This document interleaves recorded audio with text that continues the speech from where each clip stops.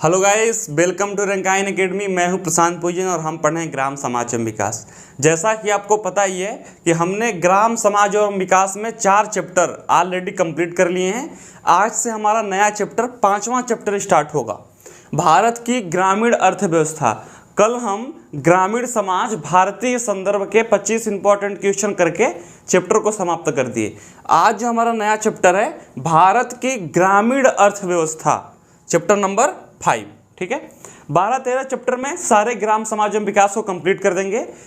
Per day classes आपकी आ रही हैं। टेलीग्राम चैनल रंकायन एकेडमी में आप लोग ज्वाइन कर लीजिए, जहां पर ये सारी पीडीएफ आपको मिल जाएंगी। ठीक है, तो आइए देखते हैं भारत की ग्रामीण अर्थव्यवस्था चैप्टर नंबर 5। तो सबसे पहले हम देखेंगे कि इस चैप्टर के नाम का अर्थ क्या है। भारत की ग्रामीण अर्थव्यवस्था, ग्रामीण अर्थात गांव। कल हमने क्वेश्चन भी पढ़ा था ना कि ग्राम शब्द की उत्पत्ति कहाँ से हुई थी, तो वैदिक काल में हमने उसका आंसर देखा था। तो ग्राम और ग्रामीण एक होते। अर्थव्यवस्था, अर्थव्यवस्था का तात्पर्य मैं आपको सिंपल शब्दों में बताऊं तो पैसा कमाने का जरिया गांव में, पैसा कमाने का जरिया गांव में क्या क्या है, इसको ही ग्रामीण अर्थव्यवस्था बोलते हैं। आप लोगों ने कम से कम 10 से अधिक बार मेरे मुख से सुन चुका होगा कि गांव की अर्थव्यवस्था, गांव के लोग कृषि और पशुपालन पे अधिक निर्भर रहते हैं। तो इस बात की स्पष्टता आपके अंदर आ गई होगी कि गांव की अर्थव्यवस्था यदि हम पढ़ रहे हैं तो कृषि और पशुपालन पर ज़्यादा फोकस करने वाले हैं। ठीक है, देखिए जैसे भारत की ग्रामीण अर्थव्यवस्था का उपनाम कृषि व्यवस्था, यानी कि भारत की जो ग्रामीण अर्थव्यवस्था है उसका एक नाम कृषि व्यवस्था के नाम से भी हम जान सकते हैं, क्योंकि जो गांव की अर्थव्यवस्था है, जो गांव में कमाने का जरिया है, इनकम का सोर्स है, वह क्या है? कृषि है। भारत एक ग्राम प्रधान देश है, आपको पता ही है। ग्राम प्रधान देश का मतलब कि यहाँ पर गांव अधिक होते हैं, शहर और नगर कम है, गांव अधिक है। भारत की जो अत्यधिक आबादी है वह गांव में रहती है। कल हमने पढ़ा भी था, जनगणना सन 2011 के अनुसार 83 करोड़ और 30 लाख, 83 करोड़ 30 लाख लोग जनगणना सन 2011 के अनुसार गांव में रहते हैं। अर्थात भारत एक ग्राम प्रधान देश है, क्योंकि भारत की अत्यधिक आबादी गांव में रहती है। ग्रामीण क्षेत्रों के विकास के बिना राष्ट्रीय विकास की परिकल्पना बिल्कुल नहीं की जा सकती। अब सपोज करिए कि 83 करोड़ 30 लाख जब 120-125 करोड़ जनसंख्या थी और उसमें से लगभग 84 करोड़ लोग गांव में हैं, तो उन 84 करोड़ लोगों का विकास किए बिना क्या भारतवर्ष का विकास हो सकता है? बिल्कुल नहीं हो सकता। तो वही बात यहाँ पर स्पष्ट की जा रही है कि जब तक गांव का विकास नहीं होगा तब तक देश का विकास नहीं हो सकता। अतः ग्रामीण क्षेत्रों में समग्र विकास के लिए कृषि एवं पशुपालन, समग्र विकास यानी कि गांव के क्षेत्र का संपूर्ण विकास करने के लिए कृषि एवं पशुपालन और मत्स्य पालन प्रासंगिक विषयों पर ध्यान केंद्रित करना आवश्यक है। अब सपोज करिए कृषि और पशुपालन, कृषि और पशुपालन और मत्स्य पालन, ये 3 जो हैं मुख्य व्यवसाय हैं गांव के। ये जो 3 मुख्य व्यवसाय गांव के हैं, यदि इन तीनों में बढ़ोतरी हुई, इन तीनों में बढ़ोतरी हुई, अच्छे कार्य इनमें हुई, कृषि अच्छा हुआ, पशुपालन के क्षेत्र में बढ़ावा मिला, मत्स्य पालन यानी कि मछली पालन को बढ़ावा दिया गया, अधिक से अधिक लोग इन कामों को करने लगे और उनको प्रॉफिट होने लगेगा, तो गांव की जो अर्थव्यवस्था है, गांव में जो पैसे कमाने का जरिया है वो बढ़ जाएगा। तो गांव के लोगों में खुशहाली आएगी, उनके पास पैसा आएगा तो देश विकास करेगा। बात समझ में आई? सामान्य तौर पर देखा जाता है कि भारतीयों का जीवन स्तर निम्न है। आपको पता ही है कि जो हमारे किसान हैं, मजदूर हैं, उनके पास कोई 5 स्टार होटल जैसा घर नहीं है, बड़ी बड़ी गाड़ियाँ नहीं हैं। मैं बोलूँ तो सामान्य जीवन यानी कि छत, रोटी, मकान, इन सब के लिए भी वो बहुत ज़्यादा संघर्ष करते हैं कि अत्यधिक मेहनत करने के बाद भी ना उनके पास अच्छी तरीके से खाने की सुविधाएं होती हैं, ना मकान होता है, ना तो दवाओं की सुविधा होती है कि यदि कोई उन्हें रोग हो जाए तो अच्छी तरीके से उसका इलाज करा लें। अपनी आय का बहुत बड़ा हिस्सा खाद्य पदार्थों पर व्यय करते हैं। गांव के लोग जितनी आय करते हैं कृषि से, पशुपालन से, मत्स्य पालन से, इन सब कार्यों से, वो जो भी आय अर्थात इनकम, जो भी वो पैसा कमाते हैं, उसका बहुत बड़ा हिस्सा खाद्य पदार्थ खाने पीने की चीज़ों पर ही उनका व्यय हो जाता है। जैसे सपोज करिए, यदि गांव का एक आदमी एक महीने में 10,000 रुपये कमाता है तो लगभग 7 से 8,000 रुपये वह खाने पीने में व्यय कर देता है। तो उसके इनकम का एक बहुत बड़ा हिस्सा खाने पीने में ही व्यय हो गया। तो पढ़ाई, दवाई, घर, शादी विवाह, इन सब चीज़ों के लिए पैसा कहाँ बचेगा? ठीक है, तो उससे उसका जीवन स्तर निम्न होगा। एक अनुमान के मुताबिक भारत में ग्रामीण परिवार अपने कुल व्यय का 44% तथा शहरी परिवार अपने कुल व्यय का 56% खाद्य पदार्थों पर व्यय करते हैं। अब जो गांव के लोग होते हैं अपने खाने पीने की चीज़ों में 44% तथा शहरी परिवार 56% व्यय करते हैं। यानी कि 100 रुपये है तो 44 रुपये खाने पीने में व्यय कर देंगे, और यदि उनकी इनकम जो है 1,000 रुपये है तो वो 560 रुपये खाने पीने इन सब चीज़ों में यानी कि अपने लाइफ स्टाइल में उसको व्यय कर देंगे। ठीक है, तो व्यक्ति का जो जीवन है भारत में वह खाने पीने कमाने में ही खत्म हो जाता है। वो बहुत बड़ा सेविंग नहीं कर पाता। कुछ ही लोग ऐसे होते हैं जो बहुत बड़ी बड़ी गाड़ियाँ, घर मकान बना पाते हैं, लेकिन अधिकतर लोग जो हैं वो अपने आय का, अपनी इनकम का एक बहुत बड़ा भाग अपने खाद्य पदार्थों की चीज़ों में, खाने पीने की चीज़ों में ही खत्म कर देते हैं। बात समझ में आई? इस प्रकार खाद्य पदार्थों पर व्यय का पारिवारिक बाजारों में अत्यंत महत्वपूर्ण हिस्सा है। अब जब भारत के लोग 44% और 56% अपने इनकम का खाने पीने की चीज़ों में ही खत्म कर दे रहे हैं, तो आप लोग समझ सकते हैं कि खाने पीने की चीज़ों के वस्तुओं का बाजार कितना बड़ा है। जब 130, 35, 40 करोड़ आबादी वाला देश है और उस आबादी वाले देश में जो व्यक्ति है गांव का, वह अपने इनकम का 44% खर्च कर रहा है और शहर का 56% खर्च कर रहा है, तो उन चीज़ों का जिस पे वो खर्च कर रहा है उसका कितना बड़ा मार्केट है। कहने का तात्पर्य क्या है कि गेहूँ, चावल, सब्जी, दालें, इन सब का बहुत बड़ा मार्केट भारत में है। जनसंख्या तथा प्रति व्यक्ति निजी उपभोग में वृद्धि की संभावनाओं को ध्यान में रखते हुए कृषि पदार्थों की मांग में 4.7% वृद्धि का अनुमान लगाया गया। यह डेटा आपके लिए इम्पोर्टेंट है कि जब इतना बड़ा जनसंख्या वाला देश है और यहाँ के लोग खाने पीने में अपनी आय का इतना अधिक व्यय कर रहे हैं, तो खाने पीने की चीज़ों की वस्तुओं की डिमांड बढ़ेगी कि नहीं बढ़ेगी? यदि आप आज 3 लोग रहते हैं और कुछ दिनों बाद आप लोग 5 लोग हो गए, तो खाने पीने की चीज़ों की जो मांग है आपके घर में, आपके परिवार में बढ़ेगी कि नहीं बढ़ेगी? जब बढ़ेगी तब चीज़ों को लाना पड़ेगा, अधिक से अधिक चीज़ों को लाना पड़ेगा। ठीक है ना? तो एक अनुमान लगाया गया है कि 4.7% वृद्धि का अनुमान लगाया गया है। अर्थात खाने पीने की जो चीज़ें हैं उनमें बढ़ोतरी करनी पड़ेगी, उनका उत्पादन ज़्यादा करना पड़ेगा। कितना? 4.7%। ठीक है ना? कि यदि कोई चीज़ 100 केजी का उत्पादन पर्याप्त था, तो अब यह 104 केजी 700 ग्राम उत्पादन करना पड़ेगा। जैसे सपोज करिए कि एक क्षेत्र में 100 किलो सब्जी आती थी बेचने के लिए, तो ऐसा अनुमान लगाया जा रहा है कि 4.7% वृद्धि होगी। तो अब उस क्षेत्र में 104 किलो 700 ग्राम सब्जी लानी पड़ेगी, तब आवश्यकताओं की पूर्ति होगी।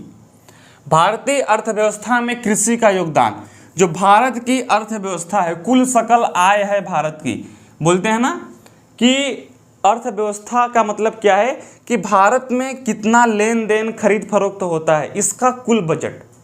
जैसे जीडीपी लोग बोलते हैं ना, जीडीपी, तो भारत में कितना लोग कितने पैसे का लेन देन करते हैं, खरीदते हैं, बेचते हैं, इसका कुल पैसा। तो उसमें जो कृषि है, खेती बाड़ी है, उसका कितना योगदान है। जैसे मैं बोलूं कि आपके घर में 1,000 रुपये, सपोज करिए कि 10 लाख रुपए एक वर्ष में आता है, 10 लाख रुपए। तो बहुत सारे साधन हैं, कोई बिजनेस करता है, तो कोई काम करता है, तो कोई खेती बाड़ी करता है। तो इस 10 लाख की इनकम में खेती बाड़ी से, कृषि से कितना पैसा आपके परिवार में आता है।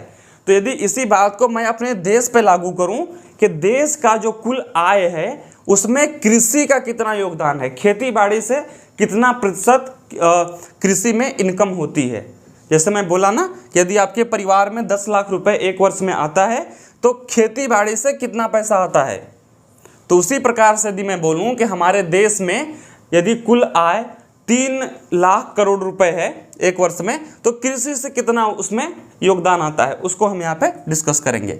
भारतीय अर्थव्यवस्था में काम का विशेष महत्व है कि लोग वर्किंग मोड में ज़्यादा रहते हैं। भारत जैसे विशाल जनसंख्या वाले देश में कृषि का स्वरूप जीविकोपार्जन जैसा है।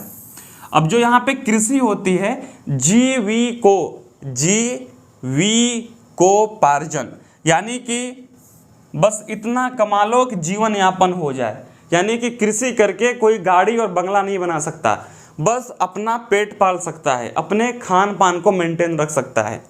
तो भारत में जो कृषि है, जो लोग खेती बाड़ी करते हैं, ऐसा माना जाता है कि जो उनका मुख्य उद्देश्य है वो जीविकोपार्जन है, यानी कि वह खेती बाड़ी करके सिर्फ जीविकोपार्जन ही कर पाते हैं। आज करीब 57% जनसंख्या कृषि कार्य पर निर्भर है। जैसे मैं यदि एग्जाम्पल दूं कि हमारे देश में 100 करोड़ जनसंख्या है, तो 100 करोड़ में से 57 करोड़ लोग कृषि कार्य पर निर्भर हैं कि वह कहीं न कहीं, जैसे सपोज करिए कि आपके घर में 5 लोग हैं और आपके घर में सिर्फ खेती होती है, तो ये 5 लोग सिर्फ खेती पर ही निर्भर हैं। अब वो अलग बात है कि इसमें से 2 ही लोग खेत पे जाते हैं, 3 लोग घर बैठ के आराम करते हैं, लेकिन अब 5 लोग को ऐसा माना जाएगा कि ये खेती पर ही निर्भर है, इनके पास खेती के अलावा और कोई कार्य नहीं है। तो हमारे पूरे भारतवर्ष में यदि 100 करोड़ जनसंख्या है तो उसमें से 57% यानी कि 57 करोड़ लोग कृषि पर निर्भर हैं। उनका रहना, खाना पीना, सारी चीज़ें कृषि पर निर्भर हैं। कृषि न केवल खाद्य फसलों के उत्पादन के लिए की जाती है, खाद्य फसलों के उत्पादन यानी कि ऐसी फसल को बोना कि जिससे हमें खाने के लिए मिले। जैसे आप गेहूं बोते हैं, हाँ, तो उससे गेहूं मिलता है, फिर उसका आटा बनता है। आप धान की खेती करते हैं तो चावल मिलता है। आप अरहर की खेती करते हैं तो आपको दाल मिलता है। आप मसूर चने की खेती करते हैं तो आपको दाल मिलता है, ठीक है ना। तो इस प्रकार के लिए भी की जाती है, बल्कि नकदी अनाजों के उत्पादन के लिए भी की जाता है। जैसे नकदी मतलब कि जो रॉ मटेरियल्स में यूज होते हैं, ठीक है ना। जैसे कि आप यदि गन्ने की बात कर लें, इस तरीके की फसलों की बात चल रही है। यानी कि दोनों प्रकार की फसलों, एक तो जो हमें खाने के लिए चीज़ें मिलती हैं और एक जिससे कि आप कपास की खेती कर लीजिए, उससे क्या मिलेगा, रुई मिलेगी। तो इस प्रकार की भी खेती होती है। अब राष्ट्रीय आय में योगदान, अब भारत की जो आय है उसमें कृषि का क्या योगदान है उस पर थोड़ा प्रकाश डालेंगे। स्वतंत्रता प्राप्ति के बाद भारत को खाद्यान्न के मामले में आत्मनिर्भर बनाना सरकार के समक्ष गंभीर चुनौती थी। मैं इस लाइन को यदि एक्सप्लेन करूं तो आपको याद होना चाहिए कि भारत जब आज़ाद हुआ तो उसके बाद भारत एक कृषि प्रधान देश है।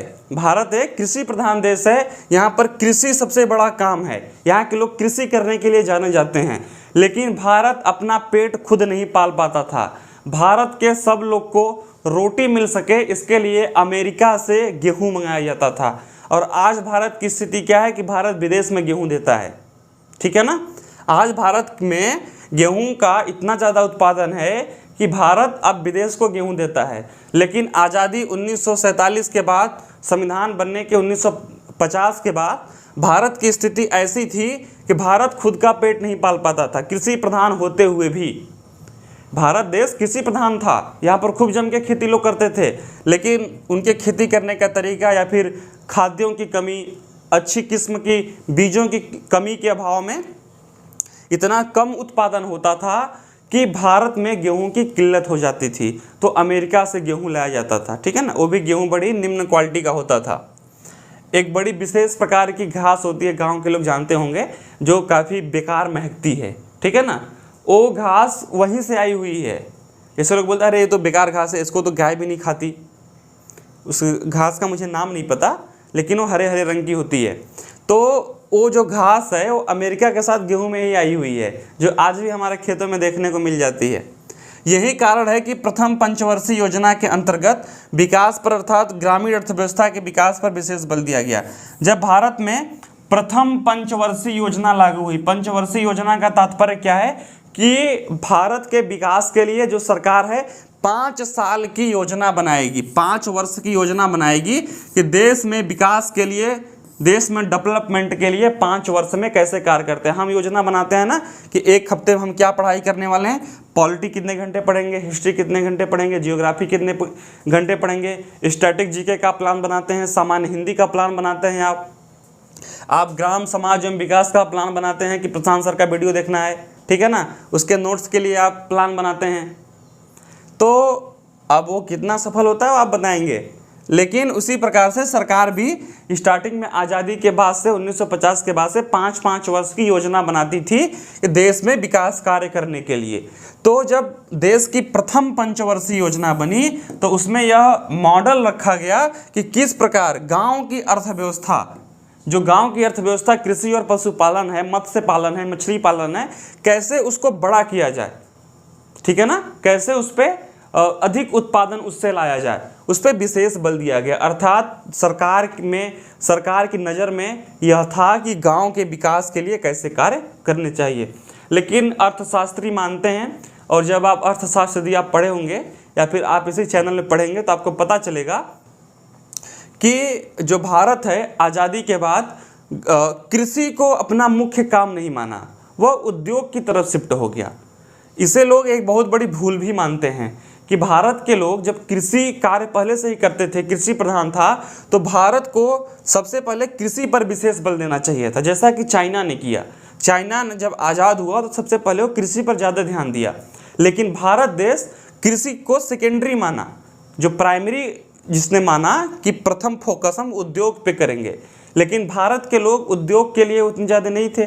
यदि आप बहुत बड़ी कंपनी लगा दिए और आपके पास ऐसे लोग नहीं हैं जो कंपनी को चला सकें, या तो उनके पास उतनी अच्छी ट्रेनिंग नहीं है, वर्कर जो है उतने ट्रेंड नहीं है, तो काम जल्दी सफल नहीं होगा। और आपके पास उतना पैसा भी नहीं है कि आप बड़ी बड़ी कंपनियां लगा सकें। यदि कृषि कार्य तो हम पूर्वजों के टाइम से ही करते आ रहे हैं, वैदिक काल से ही भारत करते आ रहा है कृषि कार्य, ठीक है ना। लेहुरा देव ये सब जो हैं कृषि के प्रथम साक्ष्य मिले हैं यहाँ पे, ठीक है ना। तो यदि कृषि पर भारत सरकार बल दिया होता तो कृषि करने में भारत के देश के लोग माहिर थे, तो जल्दी आउटपुट आता, यानी कि विकास की दर और बढ़ सकती थी। अब बढ़ती कि ना बढ़ती क्या होता, यह अब बातें बीत चुकी हैं, लेकिन ऐसा विद्वान लोग मानते हैं। वर्ष 1950 से 51 में कुल घरेलू उत्पाद में कृषि का योगदान लगभग 60% था। 1950 से 51 जस्ट भारत आज़ाद हुआ, ठीक है ना। और जो भारत की देश में कुल घरेलू उत्पाद में, यानी कि जो आय की यदि हम बात करें तो 100 रुपये इनकम है तो 60 जो रुपये था वह कृषि से हुआ था, ठीक है। 1920 में घटकर 16.5 हो गया। देश के अंदर खाद्यान्नों की बढ़ती मांग के कारण सकल घरेलू उत्पाद में इसका योगदान कम हुआ है। देखिए अब 1950 और 51 में जो कुल घरेलू उत्पाद में कृषि का योगदान लगभग 60% था, जो सन 2019 और 20 में घटकर 16.5 हो गया। अब यह चिंता वाली बात नहीं है, क्योंकि कृषि का योगदान घटा है, इसका अर्थ ये नहीं हुआ कि कृषि कम हो गई, उत्पादन कम हो गया। इसका अर्थ ये है कि और चीज़ें जो हैं, जैसे जो जॉब सेक्टर है, जो मैन्युफैक्चरिंग सेक्टर है, वो ज़्यादा हो गया है, ठीक है ना। तो इसको आप लोग डेटा में याद कर सकते हैं कि 1950 और 51 में कुल घरेलू उत्पाद में कृषि का जो भागीदारी थी वो 60% थी, और 1920 में जो कि अभी रिसेंटली डेटा रिलीज हुआ है 16.5% है। रोजगार के अवसर उपलब्ध करवाना, क्या कृषि रोजगार के अवसर उपलब्ध करवा पाती है, इस पर फोकस करते हैं। कृषि क्षेत्र भारत का वह क्षेत्र है जहां रोजगार के सबसे अधिक अवसर, जहां पर रोजगार के सबसे अधिक अवसर उपलब्ध है। वर्ष 1953 में कार्यकारी जनसंख्या के करीब 70% लोग कृषि कार्य में संलग्न थे। देखिए अभी हमने डेटा पढ़ा है कि 57% लोग आज भी आज़ादी का जो 75 अमृत महोत्सव है हम मना रहे हैं, मनाने की तैयारी कर रहे हैं, तो आज 57% लोग आज भी कृषि पर निर्भर हैं। जब 1953 में यह डेटा रिलीज हुआ, 1953 में जब यह डेटा रिलीज हुआ 70% लोग कृषि पर निर्भर थे, ठीक है ना। तो 1953 और 75 वर्षों के बाद यानी कि सन 2022, यदि मैं इन दोनों में कंपेयर करूं तो 1953 में 70% लोग कृषि पर संलग्न थे और आज जो है 57% लोग क्या हैं, आज भी संलग्न हैं। परंतु समस्या यह है कि भारत के ग्रामीण क्षेत्र में मौसमी बेरोजगारी एवं छुपी हुई बेरोजगारी दर अधिक पाई जाती है। जनसंख्या में तीव्र परिवर्तन होने के कारण कृषि में लगे लोगों की संख्या में बढ़ोतरी दर्ज की गई है। देखिए, अब बात इसको मैं 2 लाइन में आपको बताता हूं बस। 1953 में भारत में यदि 100 करोड़ की पॉपुलेशन थी तो 70 करोड़ लोग कृषि कार्य में संलग्न थे। आज जो डेटा है उसमें यदि भारत की जनसंख्या 100 करोड़ है तो 57 करोड़ लोग आज भी कृषि कार्य में संलग्न हैं। तो ऐसा क्यों हो रहा है? जब बहुत बड़े बड़े यहाँ पे उद्योग धंधे खुल रहे हैं, लोग बिजनेस में जा रहे हैं, लोग वर्किंग सेक्टर में जा रहे हैं, तो आज भी 57% है। इसका एक मुख्य कारण है कि भारत में बढ़ती हुई जनसंख्या, भारत की जनसंख्या इतनी तीव्र गति से बढ़ रही है कि लोगों के पास रोजगार के अवसर कम हैं, इसलिए वह कृषि कार्य में संलग्न हो जा रहे हैं। औद्योगिक विकास में योगदान। भारतीय कृषि क्षेत्र अनेक उद्योग के लिए कच्चा माल उपलब्ध करवाता है। जैसे कोई कपड़ा मिल है तो उसके लिए क्या चाहिए, उसके लिए रुई चाहिए। सूती व रेशम कपड़ा उद्योग, पटसन एक चीज़ होती है, ठीक है ना, एक पेड़ होता है, उसकी जो छाल होती है उसको निकाल के पटसन बनाते हैं। शायद आप लोग को नहीं पता होगा या फिर पता होगा। चीनी वनस्पति तथा बागान उद्योग प्रत्यक्ष रूप से कृषि से जुड़े हुए हैं। अब जो ये सब उद्योग धंधे जैसे कि कपड़े बनाने का धंधा हो गया, चीनी उत्पादन का हो गया, चाय का हो गया, ये सब क्या है, ये सब खेती से संबंधित है। यदि चाय बागान नहीं होंगे, पेड़ों में से चाय का उत्पादन नहीं होगा तो कैसे जो चाय बनेगी? गन्ने की खेती नहीं होगी तो चीनी कैसे बनेगा? कपास की खेती नहीं होगी तो सूती और रेशमी कपड़ा नहीं बनेगा। तो ये सब जो हैं, जो ये सब इंडस्ट्री है वो कहीं ना कहीं एग्रीकल्चर पर यानी कि कृषि पर ही निर्भर है। इसके अलावा हथकरघा, बुनाई, तेल, चावल आदि बहुत से लघु एवं कठोर उद्योग को भी कृषि से ही कच्चे माल की प्राप्ति होती है। अब जो तेल बनता है ना, चावल की पैकेजिंग होती है, ये सब भी जो हथकरघा यानी कि बुनाई, कपड़े उपड़े की बात चल रही है, तो ये सब करने के लिए जो कच्चा माल होता है वो कहाँ से आता है? कृषि से ही आता है। सरसों नहीं आएगा तेल कहाँ से बनेगा? धान नहीं आएगा तो चावल कहाँ से बनेगा? ये सब कृषि से ही आते हैं। अंतर्राष्ट्रीय व्यापार के क्षेत्र में कृषि का महत्व। अब जो अंतर्राष्ट्रीय व्यापार, जैसे कि भारत हो गया राष्ट्रीय और भारत के बाहर अंतर्राष्ट्रीय, तो भारत के बाहर के देशों से किस प्रकार का लेन देन हमारा होता है उस पर फोकस करेंगे। अंतर्राष्ट्रीय व्यापार में कृषि क्षेत्र का विशेष महत्व है। वर्ष देखिए, हमारे देश से जो गेहूं, चावल, आम ये सब का निर्यात होता है, ठीक है ना, यहाँ से बाहर भेजे जाते हैं। देश के निर्यात में कृषि वस्तुओं का अनुपात लगभग 11.8% था तथा कृषि से बनी हुई वस्तुओं का अनुपात भी लगभग 27% था, ठीक है ना। तो कृषि वस्तुओं का अनुपात यानी कि डायरेक्ट जो एग्रीकल्चर की चीज़ें होती हैं, जैसे कि धान हो गया, गेहूं हो गया, चावल हो गया, ठीक है ना, गुड़ हो गया, ये सब जो चीज़ें थी वो बेची जाती थी 11.8%, ठीक है। यदि 100 चीज़ें बेची गई या फिर 100 रुपये का बेचा गया तो 11.8 इसमें से कृषि के जो कृषि एग्रीकल्चर की चीज़ें होती थी वो यहाँ से जाती थी, और 27% वो चीज़ें होती थी कि जो कृषि से बनी हुई हैं। अब कोई कपड़ा बना हुआ है, वो क्या बना हुआ है? वो कपास से बना हुआ है। कपास कहाँ से आया हुआ है? एग्रीकल्चर से आया हुआ है। आम गया तो आम कहाँ से आया हुआ है? पेड़ से आया हुआ है। चाय गया तो चाय कहाँ से आया हुआ है? बागान से आया हुआ है। तो कृषि संबंधित चीज़ों से जो बनी हुई चीज़ हैं उनका जो निर्यात रहा है 27% रहा है अंतर्राष्ट्रीय बाजार में। अब कोई लोहा वोहा की चीज़, कोई अभ्रक निकाल के ज़मीन से बेचा गया है तो वो तो कृषि नहीं हुआ, ठीक है ना। लेकिन 27% जो है, यदि 100 में से 27% जो चीज़ें निर्यात होती हैं विदेश में, उनका संबंध कहीं न कहीं से कृषि से ही होता है। भारत के कुल निर्यातों में कृषि और उससे संबंधित वस्तुओं का अनुपात लगभग 36.8 है, यानी कि 27 और 11 को आप ऐड कर लीजिए तो लगभग 36 से 37% जो चीज़ें होती हैं, जो निर्यात होती हैं, बाहर विदेशों में बेची जाती हैं, उनका संबंध कहीं ना कहीं खेती बाड़ी से ही होता है। तो अंतर्राष्ट्रीय व्यापार में भी जो कृषि का महत्व है वो काफ़ी अधिक है। तो दोस्तों, आप लोगों ने देख लिया कि ये जो हमारा न्यू चैप्टर था, बिल्कुल आज हमने इंट्रो किया है कि भारत की ग्रामीण अर्थव्यवस्था, हम भारत की जो ग्रामीण अर्थव्यवस्था है, जहाँ पर 83 करोड़ 30 लाख लोग रहते हैं, उसके बारे में हम डिस्कस कर रहे हैं। यह चैप्टर जनरली बड़ा होगा क्योंकि हम पूरे भारत की जो ग्रामीण संकल्पना है, जो ग्रामीण अर्थव्यवस्था है, उसके बारे में देखने वाले हैं। तो आपको काफ़ी ज़्यादा आनंद आने वाला है चैप्टर कंप्लीट करने में। आप लोग हमारे साथ जुड़े रहिए, ठीक है। और जो लोग चैनल को सब्सक्राइब नहीं किए हैं प्लीज़ जाकर उसको सब्सक्राइब कर लीजिए। तो मिलते हैं नेक्स्ट वीडियो में, तब तक के लिए धन्यवाद।